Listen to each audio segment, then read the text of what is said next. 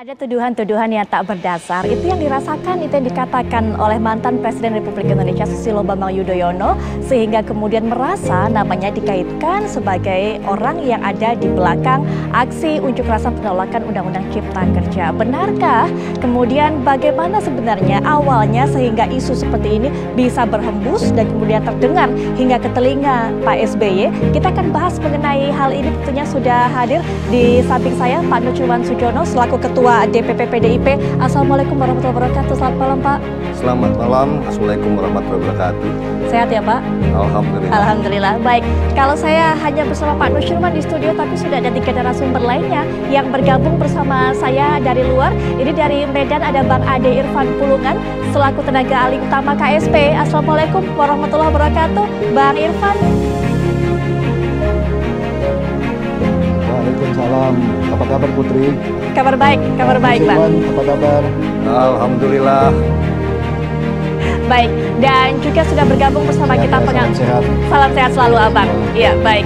Nah, ini kita juga sudah terhubung dengan pengamat politik. Ada Bang Syarwi Paniago, Bang Pangi Syarwi Paniago tentunya. Assalamualaikum warahmatullahi wabarakatuh. Selamat malam Bang Pangi.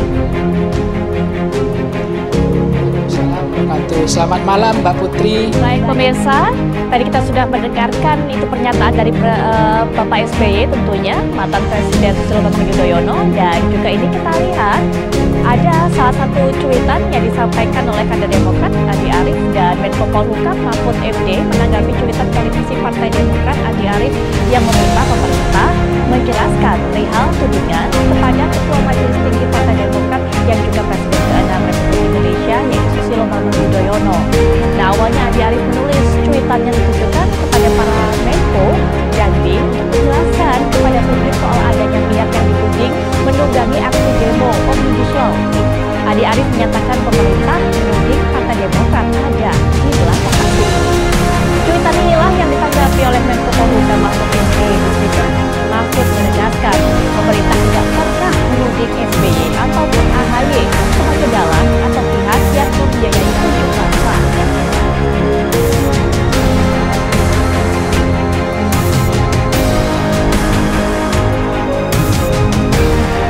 Sudah ada tanggapan punya dari Pak Mahfud MD selaku Menko Polhukam, tapi Bang Pangi bagaimana melihatnya? Menurut Bang Pangi apa makna yang disampaikan di balik pernyataan Pak SBY ini, Bang Pangi? Iya Mbak Putri, ada 2 hal yang ingin saya sampaikan. Yang pertama adalah terkait dengan political meaning ya, makna politik di balik pesan yang disampaikan Pak SBY. Di satu sisi pemerintah sudah mengklarifikasi lewat Pak Mahfud MD, tidak ada menyebut nama, tidak ada diksi frasa yang memperjelas bahwa tuduhan itu langsung ditujukan kepada Pak SBY.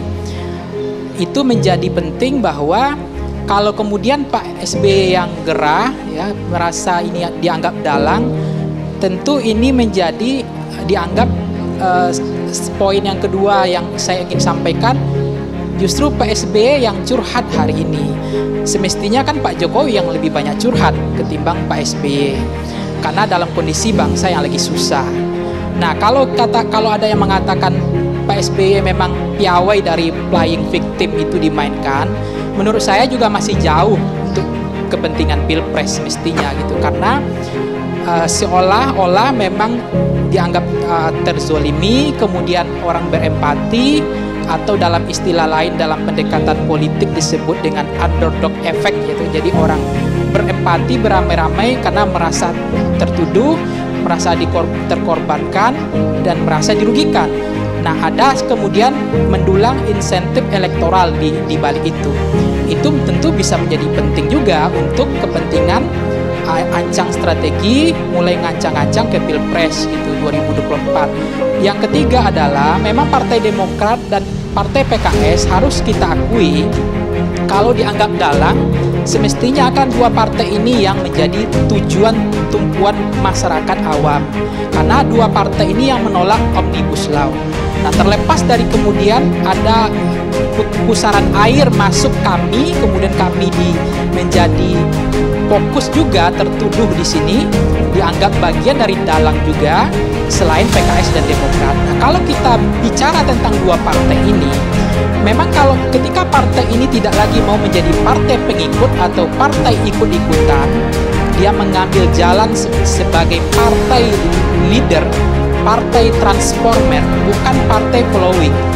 Tentu dari putusan kebijakan yang diambil dua partai ini, jelas mereka akan mengambil bagian untuk mengkoreksi, mengingatkan jalan kiblatnya pemerintahan. Tentu tidak akan ikut-ikutan dengan partai yang the ruling party. Itu sudah pasti. Karena apa? Karena inilah momentum, inilah waktu yang tepat bagi mereka untuk berada pada posisi rakyat. Mengambil, ada tiga hal yang diambil di situ, yaitu mengagregasi, mengartikulasi kepentingan rakyat bersama rakyat, membela rakyat. Di situ yang kedua ada populisme membela rakyat. Yang ketiga adalah citra, yang ketiga adalah sentimen yang coba diambil dua partai ini. Karena dua partai tentu ini punya kepentingan agenda jangka panjang. Baik. Tidak mungkin partai ini tidak punya agenda. Tapi catatan kita Mbak Putri, menjadi partai oposisi tidak asal pokoknya tolak. Nah, itu jangan. Tapi asal semua kebijakan pemerintah, the ruling party pokoknya tolak, pokoknya. Nah, itu yang semestinya dikurangi juga. Kalau rasional itu ditolak, ya. Kalau nggak rasional ya jangan diteruskan. Artinya tetap bagian untuk mengkritik, mengkoreksi arah kiblat perjalanan bangsa. Kira-kira gitu Mbak Putri. Baik, Bang Pangi, kita tahan di situ. Kita akan minta Bang Ren bisa berikan tanggapannya, Bang Pangi. Iya, Mbak Putri, saya menanggapi dari Bang Renanda ya. Bang Renanda. Jadi apa yang Bang Renanda, Wasekjen Partai Demokrat, sebetulnya saya tidak mengatakan ini baper juga, tetapi dalam permainan aktor politik atau game teori dalam politik itu sah-sah saja.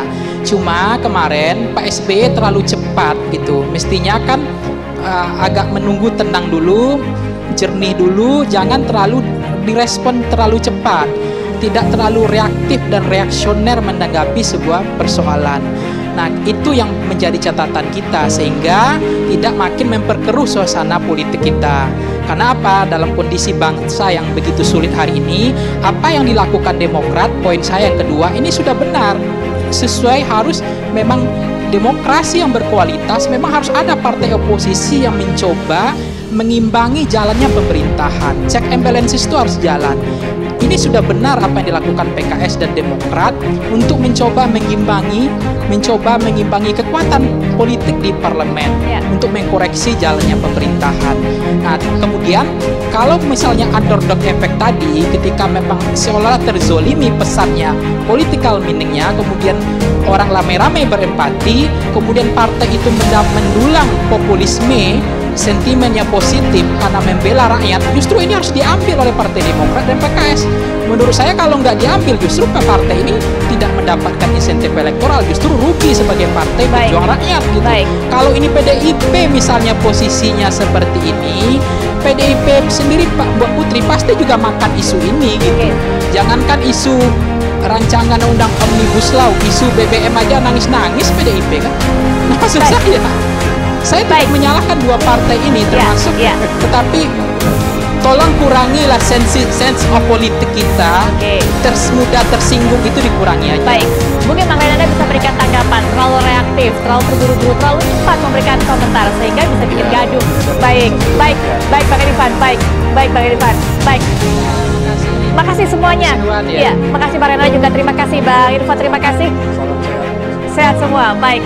Terima kasih Bang Pangi. Pak Tusila juga terima kasih sudah berkenan datang ke sini. Perbincangan ini sekaligus juga menutup jumpa kita di Apa Kabar Indonesia Malam. Kali ini kami kembali esok 18.30 waktu Indonesia Barat. Jangan sampai ada lewat.